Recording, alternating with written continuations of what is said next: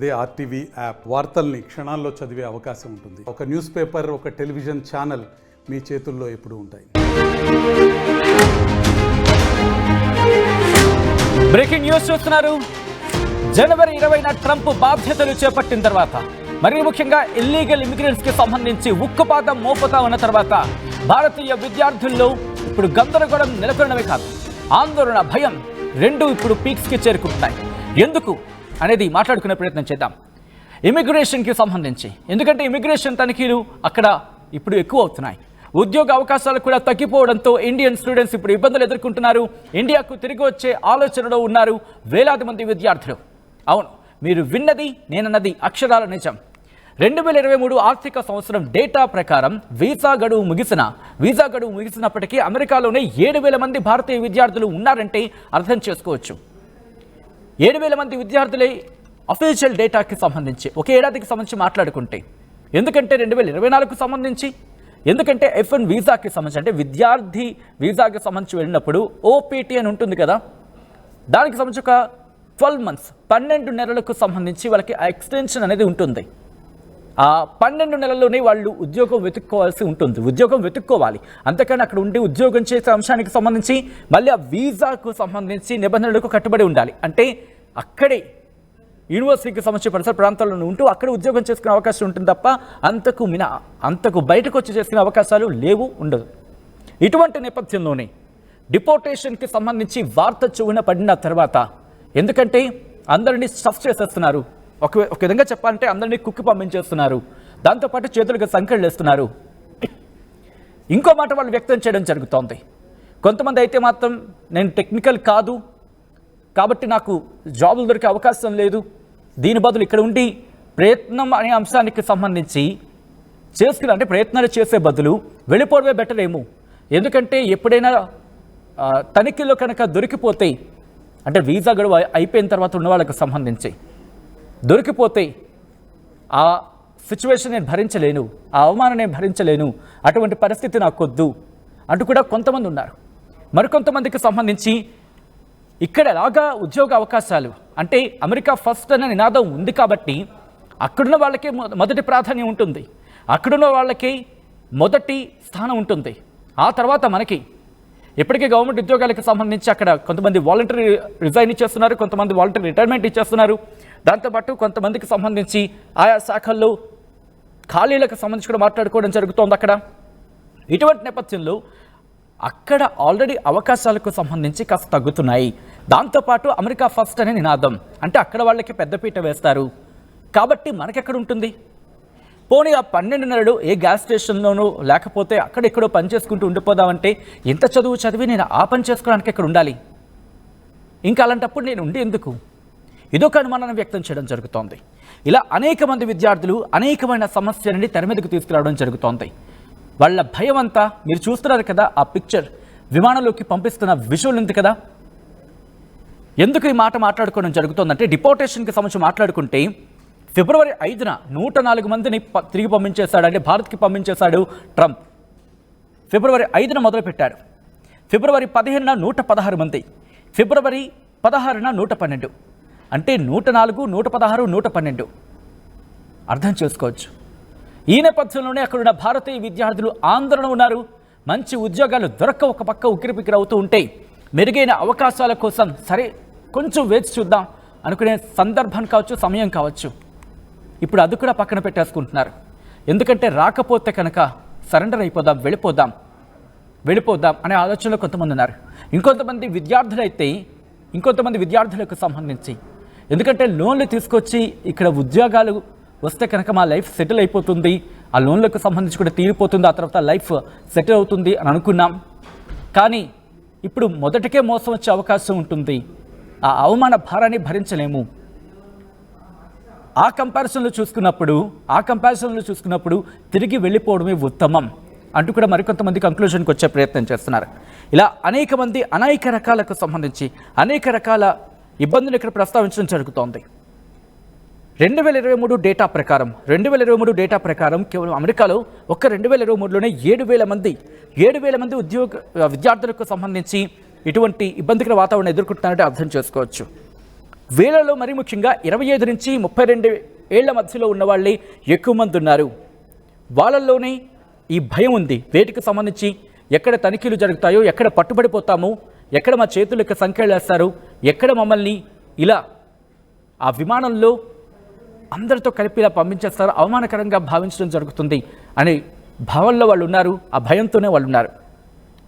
ఇక్కడ 2023కి సంబంధించి మాట్లాడుకుంటే సెంటర్ ఫర్ ఇమిగ్రేషన్ స్టడీస్ చెబుతున్న డేటా ప్రకారం సుమారుగా 7,000 మంది, ఇది సుమారుగా మాత్రమే, సుమారుగా 7,000 మంది ఇండియన్ స్టూడెంట్స్ అక్కడ వీసా అయిపోయిన తర్వాత ఓవర్ స్టేడ్గా ఉన్నారు.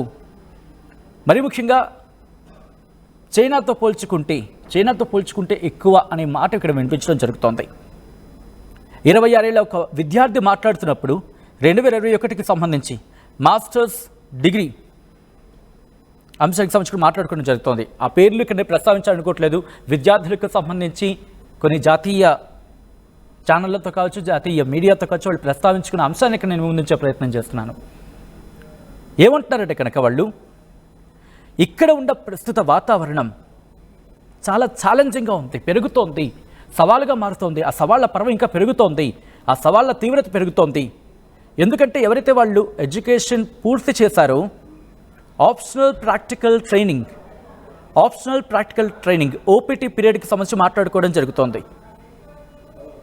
మరి ముఖ్యంగా అక్కడ ఆ సందర్భంలో లీగల్గా అవకాశం లేదు అనేది వాళ్ళు ఆందోళన వ్యక్తం చేయడం జరుగుతోంది. దాంతోపాటు పోనీ ఏ గ్యాస్ స్టేషన్స్లోనో రెస్టారెంట్స్లోనో బతుకుదామనుకుంటే ఎన్ని రోజులని, ఎందుకంటే అక్కడ అది వాళ్ళకి వీసాలో లేదు. అలా గ్యాస్ స్టేషన్లో కావచ్చు, లేకపోతే రెస్టారెంట్స్లో కావచ్చు చేయడం అనేది అనధికారం అక్కడ.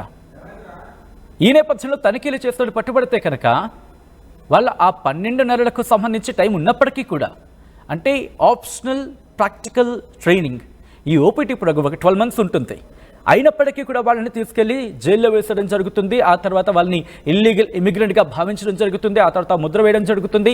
ముద్ర వేసిన తర్వాత తదనుగుణంగా డిపోర్టేషన్ చేసడం జరుగుతుంది. ఆ డిపోర్టేషన్ ప్రోగ్రామ్కి సంబంధించి మనం చూడడం జరిగింది. ఇది కొంతమంది ఆందోళన వ్యక్తం చేస్తూ ఉంటే, మరికొంతమంది విద్యార్థులకు సంబంధించి ఇంకెటువంటి ఆందోళన వ్యక్తం చేస్తున్నారంటే, వీసా వైలేషన్కి సంబంధించి నాకు ఆ ఐడియా ఉంది ఏం జరుగుతుందనేది, కానీ లీగల్గా ఉండేందుకు దారులు నేను వెతుక్కుంటున్నానంటూ ఇంకొక విద్యార్థి తన అనుభవాన్ని షేర్ చేసుకున్న పరిస్థితి. సో ఇటువంటి సిచ్యువేషన్లో ఒక కార్పొరేట్ జాబ్కి అప్లై చేద్దాం అనుకుంటే టెక్నికల్గా చూస్తే నేను ఇల్లీగల్ అవుతుంది. ఎందుకంటే కనుక టెక్నికల్గా చూసినప్పుడు ఇల్లీగల్ అవుతుంది, ఎందుకంటే ఇక్కడ ఆప్షనల్ ప్రాక్టికల్ ట్రైనింగ్కి సంబంధించి మాత్రమే ఇక్కడున్న పరిస్థితి.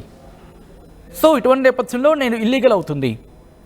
కానీ నా ఆందోళన ఏంటంటే, నా ఎడ్యుకేషన్లో ఉండిపోయింది.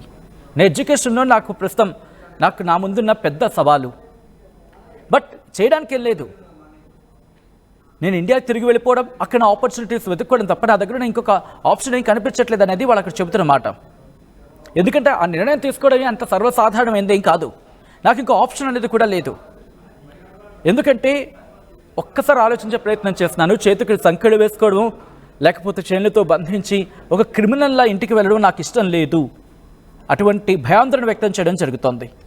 దీంతోపాటు మరికొంతమంది అయితే మాత్రం ఇలా వివిధ రకాల ఎక్స్పీరియన్స్ని వాళ్ళు షేర్ చేసుకోవడం జరుగుతోంది. మరి ముఖ్యంగా 2023-24 లెక్కల ప్రకారం కేవలం ఒక్కడో ఇద్దరో కాదు, ఏకంగా 3.32 లక్షల మంది భారతీయ విద్యార్థులు యుఎస్ ఇన్స్టిట్యూషన్స్లో నమోదు చేసుకోవడం జరిగింది అకాడమిక్ ఇయర్ కోసం. అంటే అర్థం చేసుకోవచ్చు, ఇది చైనా విద్యార్థులను మించిపోయింది. 2009 తర్వాత 2023-24 ఆ అకాడమిక్ ఇయర్కి సంబంధించి 3.32 లక్షల మంది భారతీయ విద్యార్థులు ఎన్రోల్ చేసుకున్నారంటే అక్కడ యుఎస్ ఇన్స్టిట్యూషన్స్లో. అంటే అర్థం చేసుకోవచ్చు. సో ఈ నేపథ్యంలో అక్కడ ఆందోళన కలిగిస్తోంది, భయాందోళన వ్యక్తం చేయడం జరుగుతోంది. మా చదువు కోసం వచ్చాం, చదువుకోవడమే అనుకుంటా. అంటే బైడెన్ ఉన్నంత కాలంలో ఇల్లీగల్ ఇమిగ్రేషన్కి సంబంధించి తనిఖీ జరిగింది. కానీ ఎప్పుడైతే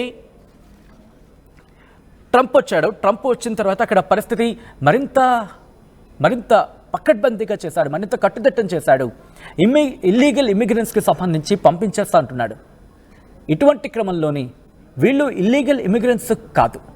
ఎక్కడ కాదు అంటే ఆ F1 వీసాలకు సంబంధించి కేవలం చదువుకోవడానికి వెళ్తున్నాం, ఆ వీసాకి పరిమితులు ఉంటాయి, ఆ విద్యార్థులకు సంబంధించి ఆ పరిమితులు తెలుసు. దాంట్లో ఏంటంటే వాళ్ళకి ఇన్స్టిట్యూషన్స్లో ఉండే జాబ్ ఆపర్చునిటీస్ తప్ప ఆ ఇన్స్టిట్యూషన్ అంటే ఆ యూనివర్సిటీ బయట ఆవరణలో వాళ్ళు ఎక్కడ ఉద్యోగం చేయకూడదు. ఇది ఆ ఉద్యోగం అక్కడ ఉన్న అమెరికన్లకు ఇబ్బంది పెడుతోంది. దాంతోపాటు ట్యాక్సెస్కి సంబంధించి ఇరకటంలో పడేస్తోంది. అంటే వీళ్ళకి చేతులకు డబ్బులు ఇవ్వడము, తద్వారా ఇలా అక్రమ పద్ధతులు అక్కడ జరుగుతున్నాయి.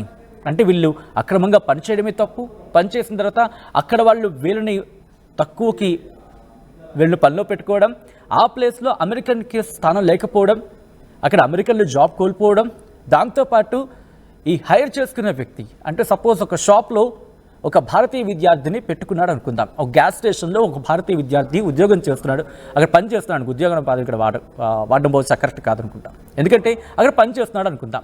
ఆ విద్యార్థికి సంబంధించి అలా పనిచేయడం తప్పు, అది ఇల్లీగల్ అవుతుంది, ఎందుకంటే వీసా పరిమితులకు లోబడి ఉంటుంది అది. దాంతోపాటు ఇక్కడ ఆ ప్లేస్లో అమెరికా వ్యక్తికి అంటే అమెరికన్కి జాబ్ పోతుంది, ఇది రెండోది. మూడోది ఇక్కడ మాట్లాడుకున్న పక్షంలో వీళ్ళకి చేతులకి డబ్బులు ఇస్తున్నారు అంటే భారతీయ విద్యార్థులకి, తద్వారా అకౌంటబిలిటీ అనేది ఇక్కడ ఉండట్లేదు, ట్యాక్సెస్ మీద ఇంపాక్ట్ చూపిస్తోంది, అమెరికన్ ఎకానమీ మీద ఇంపాక్ట్ చూపిస్తోంది అనేది అక్కడ వాదన. సో ఇప్పుడు భారతీయ విద్యార్థుల ముందు ఉన్న ఆప్షన్ ఏంటి అనేది గందరగోళంగా మారింది. F1 వీసాల మీద వెళ్ళి చదువుకోవడం, అక్కడ చదువుకుంటున్న నేపథ్యంలో యూనివర్సిటీలో ఉద్యోగం చేసుకోవడం మినహా వేరే ఆప్షన్ కనిపించట్లేదు. అందరికీ ఉంటుందా? Biggest question mark. ఎందుకంటే ఒక యూనివర్సిటీలో ఇటు ఇండియా నుంచి దాంతోపాటు వివిధ దేశాల నుంచి వస్తూ ఉంటారు, అందరికీ అదే ఆప్షన్ కింద ఆలోచించుకునే ప్రయత్నం చేస్తూ ఉంటారు. కాబట్టి ఉద్యోగం లేకపోతే అక్కడ గడవడం కష్టం, అలా అని చెప్పి చదువుని ఆపేసుకోలేరు. ఇప్పుడు అటువంటి పరిస్థితిని కొంతమంది విద్యార్థులు ఎదుర్కొంటున్నారు. దీని మీద ట్రంప్ ఏం చేయబోతున్నాడు అనేది ఆసక్తికరంగా మారింది. కానీ ఒకటే చెప్తున్నాడు, ఇల్లీగల్ ఇమిగ్రెంట్స్ని మాత్రం విడిచిపెట్టేదే లేదంటున్నాడు. కానీ వీళ్ళు ఇల్లీగల్ ఇమిగ్రెంట్స్ కాదు, లీగల్ ఇమిగ్రెంట్స్ అయినప్పటికీ బయట ఓవర్స్టే చేస్తున్న వాళ్ళు ఉన్నారు, బయట పనిచేస్తున్న విద్యార్థులు ఉన్నారు. ఇప్పటికీ కొంతమంది విద్యార్థులు జాబ్ మానేశారు, బహుశా అక్కడ పరిస్థితులు అర్థం చేసుకునే వాళ్ళు ఇప్పుడు ఇబ్బంది పడుతున్నారు. ఎందుకంటే ఇక్కడ స్టడీ లోన్స్, ఎడ్యుకేషన్ లోన్ తీసుకుని అక్కడ వెళ్ళి వాళ్ళు చాలామంది ఉన్నారు, ఎడ్యుకేషన్ లోన్ మీద వెళ్ళి వాళ్ళు ఉన్నారు. నా లోన్ ఎలా కట్టుకోవడం అంటే వాళ్ళు ఇప్పుడు ఆందోళన వ్యక్తం చేయడం జరుగుతోంది. తల్లిదండ్రులు భారం కాలేక, అక్కడ చదువుని కంటిన్యూ చేయలేక, ఇటు రాలేక, అక్కడ ఉండలేక తర్జన భర్జన పడుతున్న వాళ్ళు చాలామంది ఉన్నారు.